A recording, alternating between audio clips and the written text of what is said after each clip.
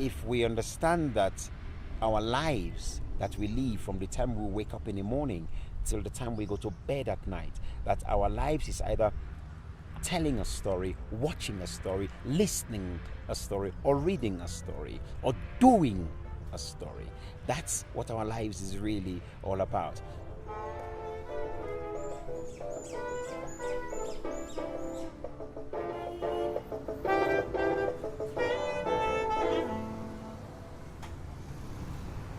When you can be very aware of what your story is, your narrative, what it is, that's when you're ready to change what you don't like in your narrative.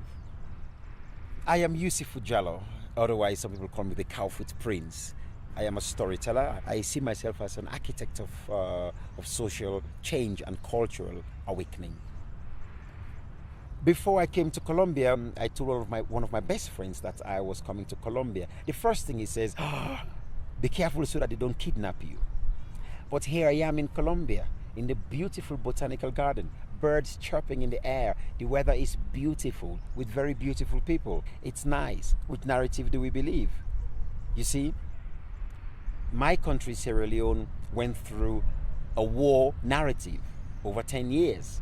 And the story is told all over the world. And then we realized that we don't like that narrative. So we had peace. The press tells a story, and here we go again. The press tells a story of what they want us to, or what they want to hypnotize us with. But I choose as a storyteller to tell the full story, to tell the round, complete story. Why? Because I am whole, I am complete, I am a circle, and I believe every human being is a circle, is complete. So therefore we have to think very carefully and be very conscious about what narrative we tell.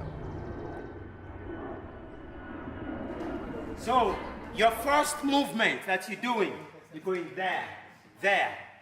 That's, you're looking yourself in the mirror. Yeah? So they say, before you step out of your house, check yourself before you wreck yourself. When you step out, you put the best of you forward. And I know you Colombian women particularly, you like to put all your best first before you step out of the house. Correct? Right. Mirror, mirror, mirror, mirror. Don't I look so good?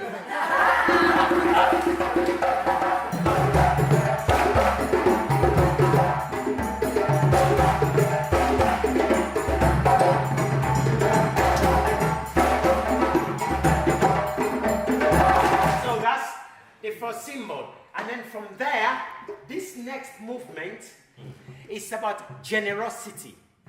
You take food, you take something with you.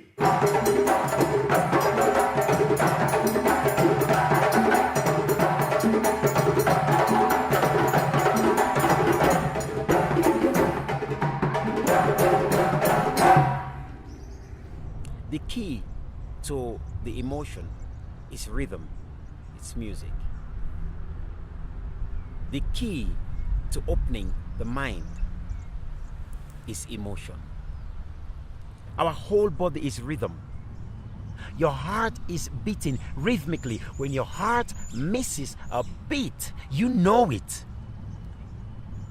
I listen to the drum as the drummer listens to the songs, and the drummer watches the dances. Everything is closely knit together. Every dance we do tells a story. Every drumming we do tells a story.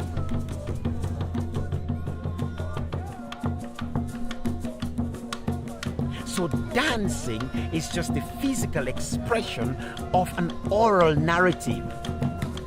Or, let me go even further, a spiritual narrative. And dance is just one wonderful way so we can visualize it.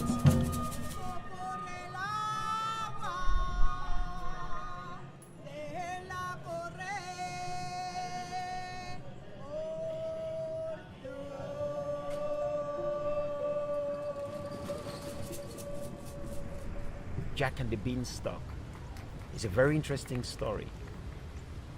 Who is Jack? Who is the giant?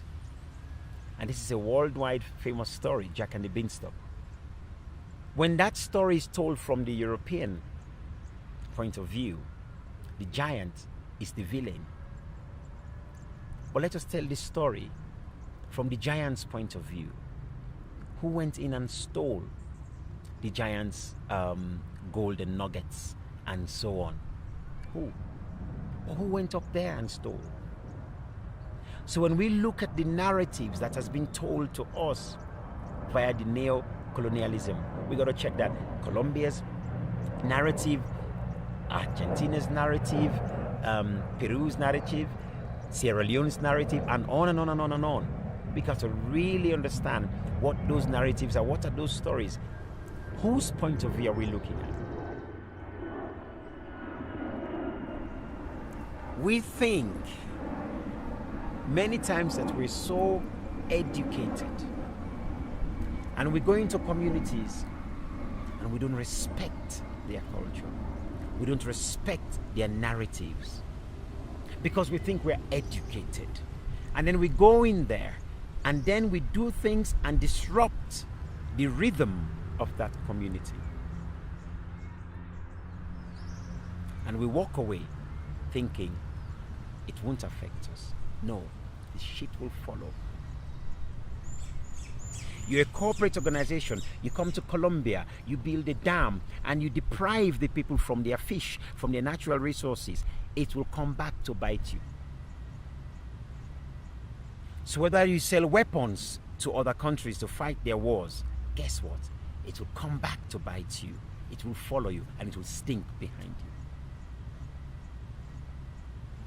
It will come back to bite you. What's earth if it's not the plant? What's earth if it's not the ant? What's earth if it's not you?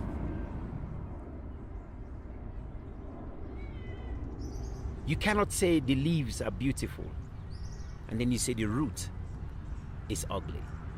Those leaves, those beautiful leaves, are born from that root that is under that ground. And those leaves will go nowhere if that root is not fertilized, it's not fed, respected.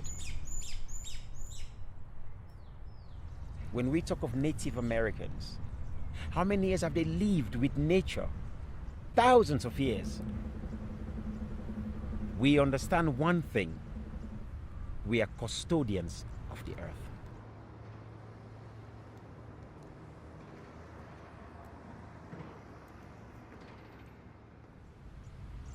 I strongly believe that the success of any man or woman, the success of every nation, is entirely dependent on the narrative that they believe. Entirely depends on that narrative. What are you being? What are you believing?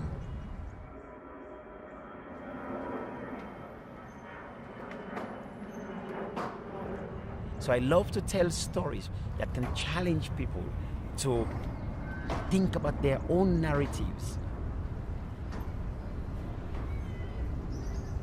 What's your own narrative?